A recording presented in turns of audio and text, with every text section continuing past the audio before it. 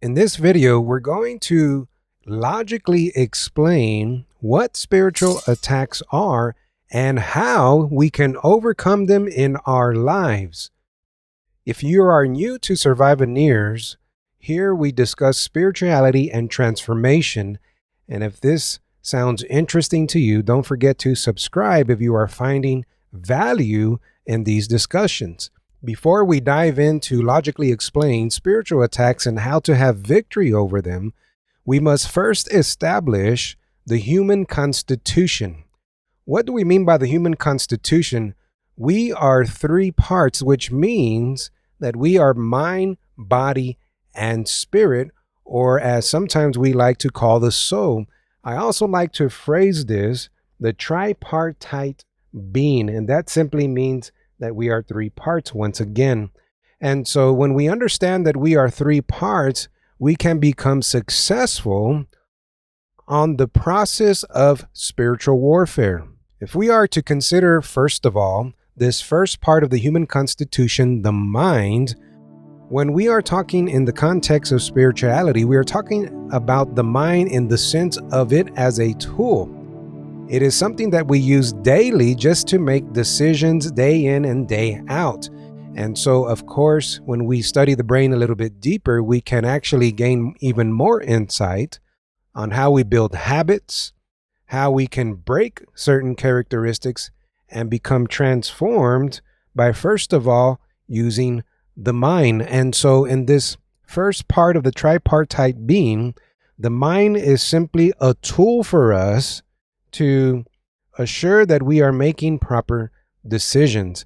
And so the next step in the human constitution is the body.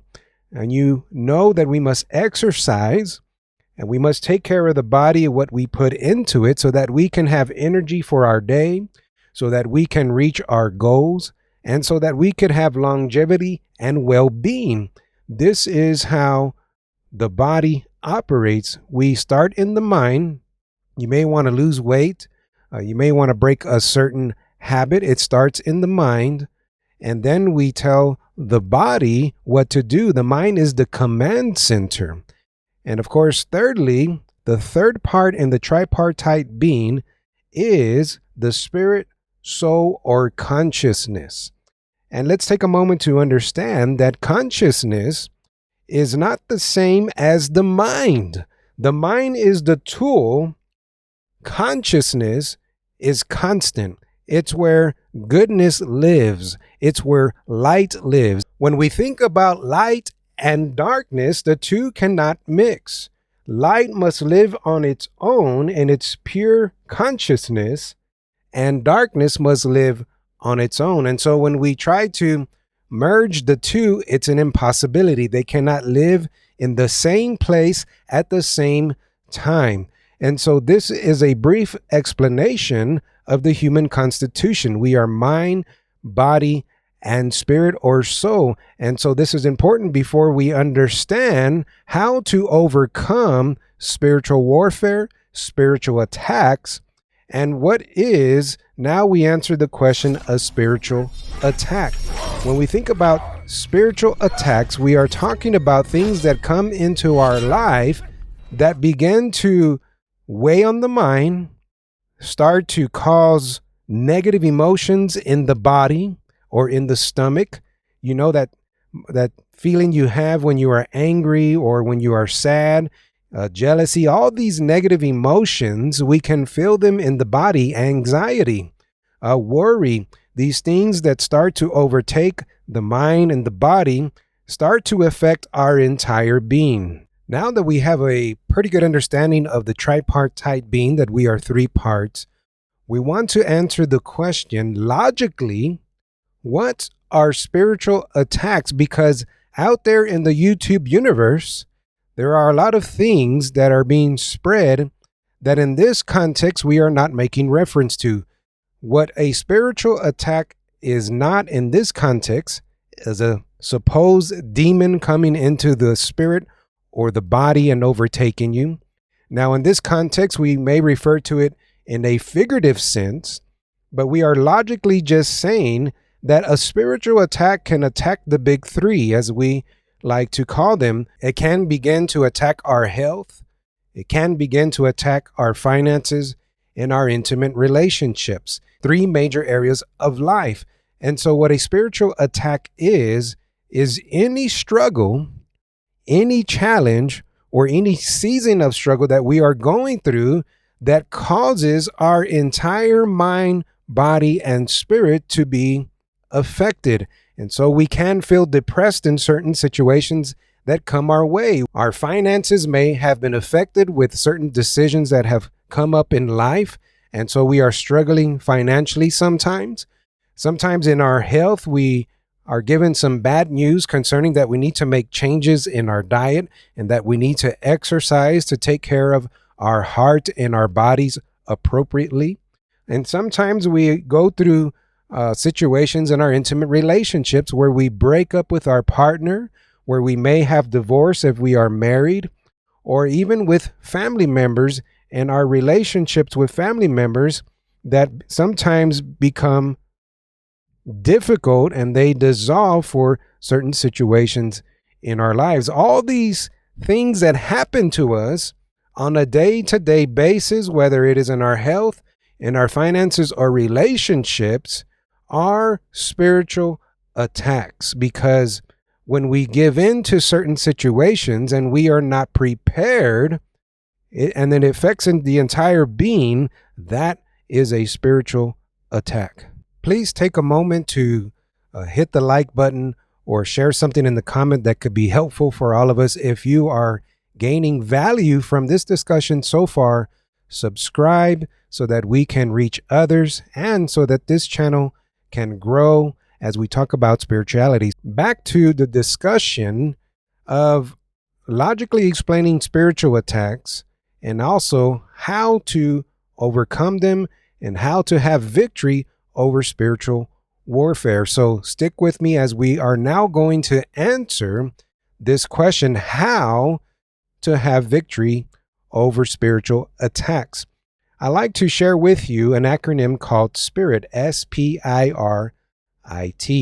And I've developed this acronym so that we can remember how to be successful over spiritual attacks and how to transform our lives during this process. So the S stands for surrender, but spiritually surrendering. It does not mean that we are being taken advantage of by a situation or by someone in our life. We're not doormats.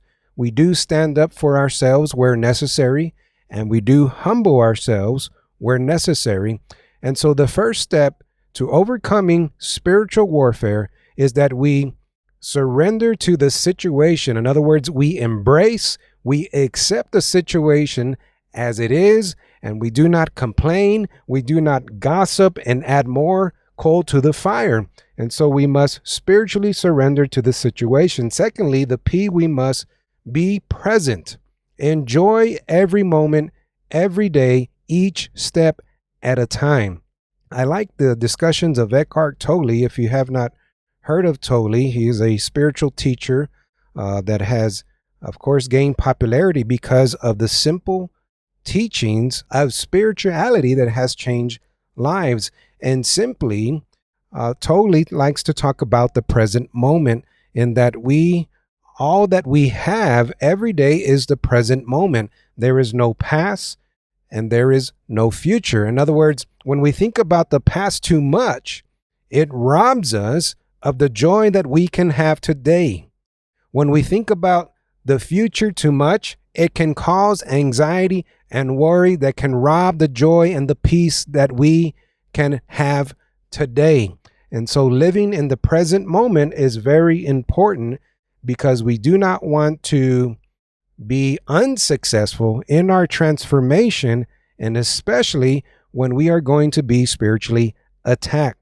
And so, again, we must spiritually surrender. There is a state of humility and humbleness in that stage that we must embrace in order to be successful, to appreciate the present moment. Third, we need to internalize and believe that we can overcome, because when we have limiting beliefs within ourselves, we are not doing a service to us and to others because we have great potential. We have great things in the mind and the body and the spirit to offer ourselves and others. And some like to call this self-worth or value. What is your self-worth? What is the value that you have to offer? We all have a unique gift that we are strong in. But the one thing that I want to emphasize in the eye of spirit is that we must believe that we can, because when we first hear knowledge, it then creates belief. And now when we are able to spiritually surrender, live in the present moment, and internalize, we are now ready for the R, which is one of the most powerful steps, and that is to renew the mind. Remember earlier in the human constitution, we are mind, body, and spirit or soul. And so in the mind is where the beginning stages of transformation takes place. An old saying says, renewing the mind so that you can prove what is good. And so when we renew the mind, it involves the next step, which is implementation of that knowledge. What is wisdom? Wisdom is application of knowledge. It is not simply just knowing something. It is applying what we learn every day in our lives, whether that is reading spiritual books, whether that is studying personal development, spirituality, whatever works for you to be able to feed your spirit in a positive way. That's what we need to do daily. Spiritually surrender, living in the present moment, internalizing and believing that we can, renewing the mind through a daily practice, which brings us to I in spirit, the next I, which is that we implement. In other words, do a little bit deeper study of wisdom and realize that wisdom is choosing the best course of action in any given situation. In other words, there's times when we're going to have difficulties in making decisions. But in this context, when we are spiritually attacked, we should not be caught up with why is this happening to me?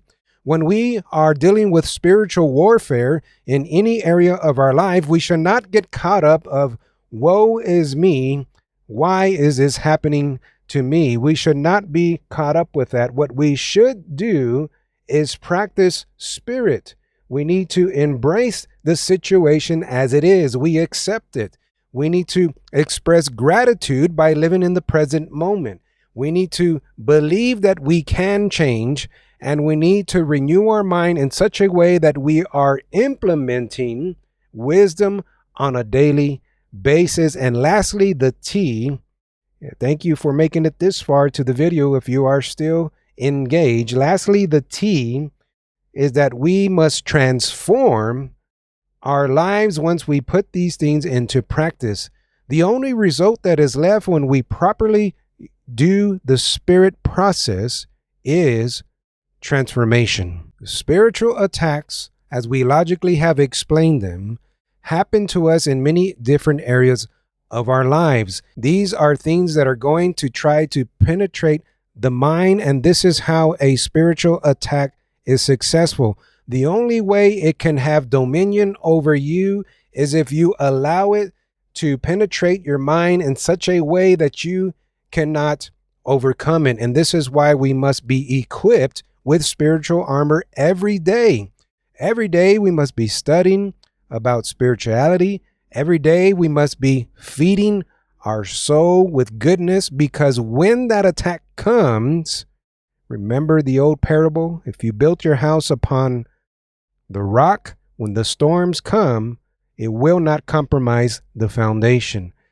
If you build your house upon the sand and you are not prepared, you guessed it, there will be compromise in your spiritual foundation, and then we can lead to many of a litany of things such as depression, such as anxiety, and the list can go on that will affect our entire health. So this is spiritual attacks logically explained, and this is how we have victory, and this is how we overcome them in our lives with pure goodness and consciousness. If you have enjoyed this discussion, don't forget again to subscribe to Survivorneers if you like spiritual insights like this.